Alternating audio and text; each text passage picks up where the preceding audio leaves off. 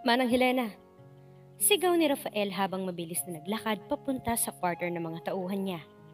Sir Rafael, salubong naman ni Manang Elena na nagmamadaling lumabas ng quarter. Nasaan si na Margaret ang anak ko? Bakit wala sila rito? Bakit? Sunod-sunod na tanong niya rito. Masama kasi talaga ang kutob niya dahil nawala ang ilang gamit ng mga ito. Sir, umalis po si Ma'am Margaret kasama si baby kahapon pa at may dalang bag. Ang sabi niya pupuntahan lang saglit. Bakit hindi niyo tinawag sa akin umalis siya manang kahapon pa? Sorry sir. Akala kasi namin alam ninyo ang pag-alis niya. Kasi kayo ang boyfriend niya. Walang pakundangang sagot nito saka medyo napahiya nang ma-realize ang sinabi. Sorry sir. Hinging paumanhin nito. Napasuklay na lang si Rafael ng buhok sa kamay at tinalikuran na si Manang Elena. Nang mga oras na ito ay hindi niya alam kung ano ang dapat niyang gawin. Nilayasan siya ni Margaret at dinala pa ang anak nila. Sigurado siyang nasaktan nito ng sobra sa sinabi niya noong isang gabi. Pero bakit dinala nito ang anak nila? Kainis, it's all my fault. Kung hindi ko siguro siya pinilit na manatili dito ay hindi siguro magkakaganito. But you can't hide away from me, Margaret. You can't hide my son.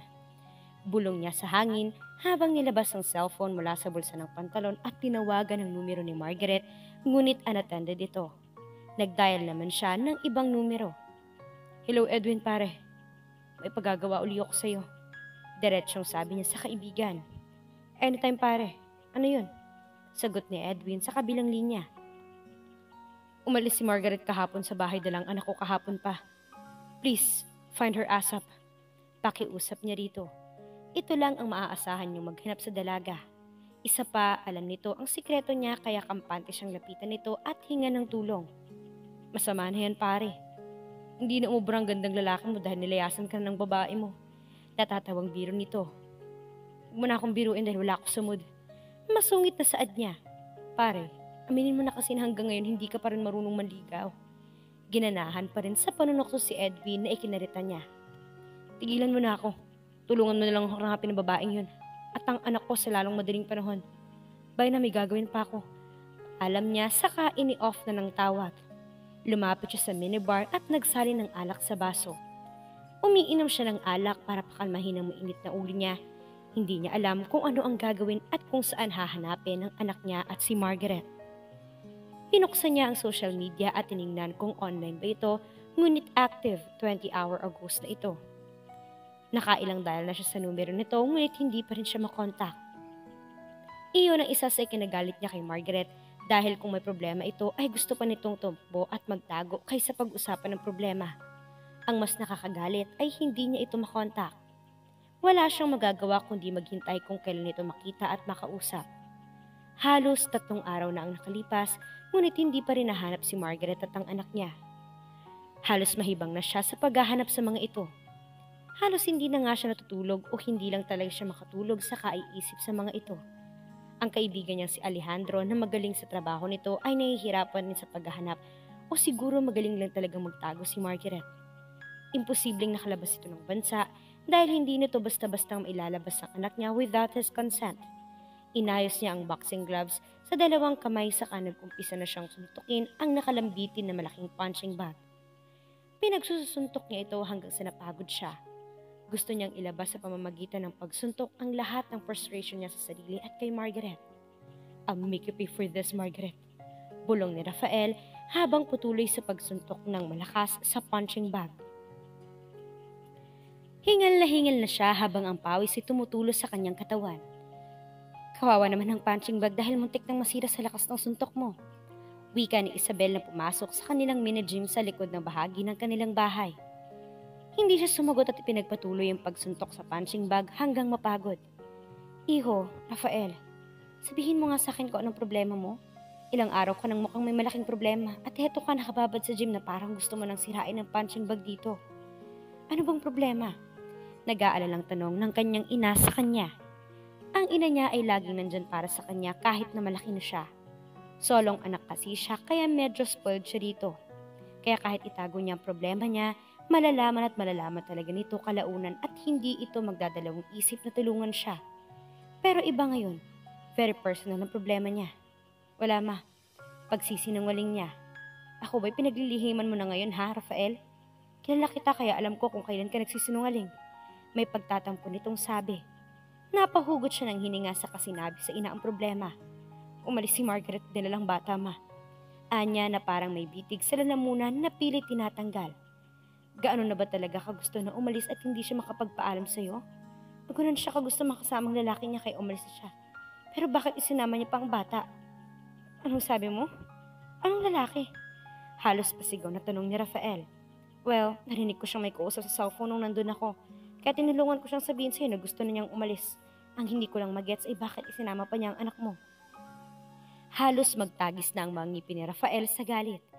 Parang gusto nang magwala ang puso niya sa narinig mula sa ina. Para bang hindi niya kayang absorb sa isip niya ang ideyang may iba itong kasamang lalaki. Ngayon na nag-aalaga sa anak nila. Makakasakit siya kapag nakita niya ang mga ito. Sinipa at pinagsusuntok na naman niya ang punching bag sa sobrang galit. Calm down, Rafael. Sigurado akong ibabalik din ni Margaret ang anak mo. Lalabas at lalabas din yun sa pagtataguan niya. Pero paano niya papalabas si Margaret? Naalala niya ang cafe nito.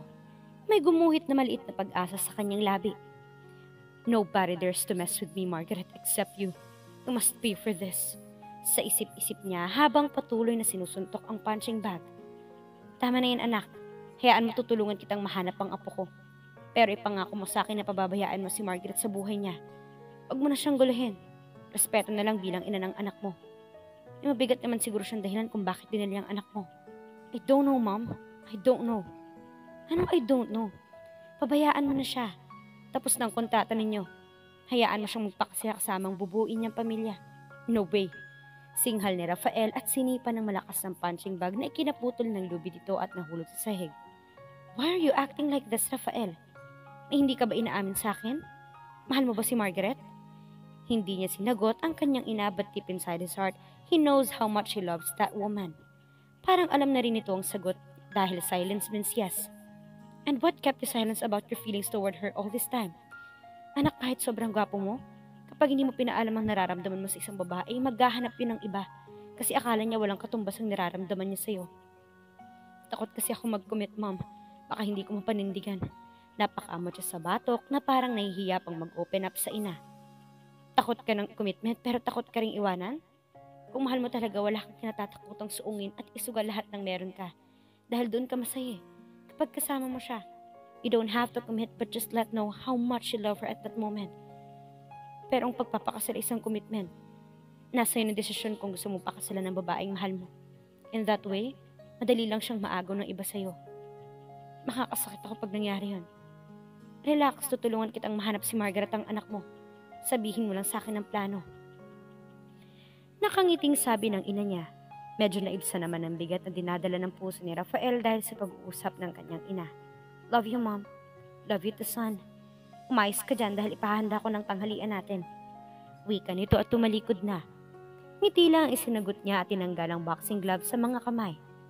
Umangat muna siya sa kwarto para mag-shower saka bumaba para makasabay sa tanghalian ang mga magulang. Simula nang umalis si Margaret sa bahay ay siya ng magulang niya umuwi pansamantala. Para kasi siyang maihibang dahil sa mga alaala ni Margaret at anak niya kapag sa kondo o sa rest house siya magsistay. Na-imaginean naman niya si Margaret na kasama ang lalaki nito ngayon. Parang gusto na namang magwala ng puso niya. Kailangan may gawin siya. Kailangan mahanap niya mga ito bago pa siya masiraan ng bait. Mabilis niyang tapos ang pananghalian at umalis din agad.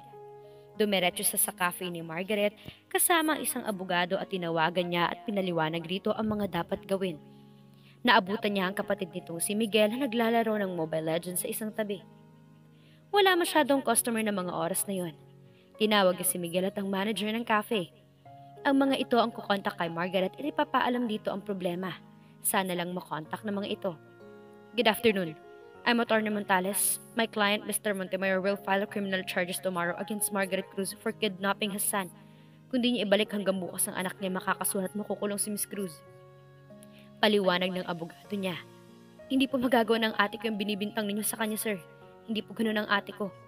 Hindi makapaniwalang bulalas ni Miguel. Well, ask her, Miguel. Ask her and tell her na kung hindi siya magpapakita hanggang bukas ay susunugin ko tong cafe niya at pakisabing hindi ako nagbibiro. Seryoso si Rafael sa banta niya at dahil sa galit ay balak talaga niyang gawin iyon para lumabas ng ang dalaga. Pero alam niyang lalabas ito dahil alam niyang ang cafe is one of her dreams na natupad. Napatulala na lang si Miguel at ang manager na hindi alam kung anong sasabihin. Kung may alam kayo kung nasan si Margaret ngayon, sabihin niyo na sa akin. Hindi ito umimik kung umiling man lang. Kung may alam ito ay sigurado hindi ito sasabihin sa mga oras na yon. Let's go, attorney. Nagpatiuna na siyang lumabas ng cafe. Pagkatapos magpaalam sa abogado ay naghiwalay na sila naglandas. Papunta muna sana siya sa opisina nang tumawag si Alejandro. Hello pare, may balita na ba? Excited na tanong niya. Pare, alam ko na kung nasan si Margaret ngayon nagtatago kasama ang anak mo. Nasa isang apartment na malapit sa kondo mo. Anong ibig? Paanong hindi niya naisip na halagugin ang mga apartment na malapit sa kanya? Sa tingin ko, pinili niya magtago sa malapit lang siya dahil sigurado siyang hindi ka magsususpetsyong nasa malapit lang siya. Dagdag paliwanag nito. Siguro tama ka. Salamat pare ah. Ang laki na talaga ng utang ko sa'yo. Nakangiting saad niya. Wala ka naman pare. Basta pare tigilan mo yung pagiging torpe mo. Maliban na sayang gandang lalaki mo dahil torpe ka, nadadamay ako eh. Tigilan mo ako. Umuwi ka na sa inyo dahil balak na yata saktan ng asawa mo dahil hindi ka pa umuwi. Aniya habang tumatawa. Nakangiting nagpaalam naman ito bago tinapos ang tawag. Humanda ka Margaret. Mahinang saad ni Rafael sa sarili. Ano ang kahihinatnan ng pagkikita ni na Margaret at Rafael? At dito na po nagtatapos ang kabanata ng ating kwento. Maraming salamat po.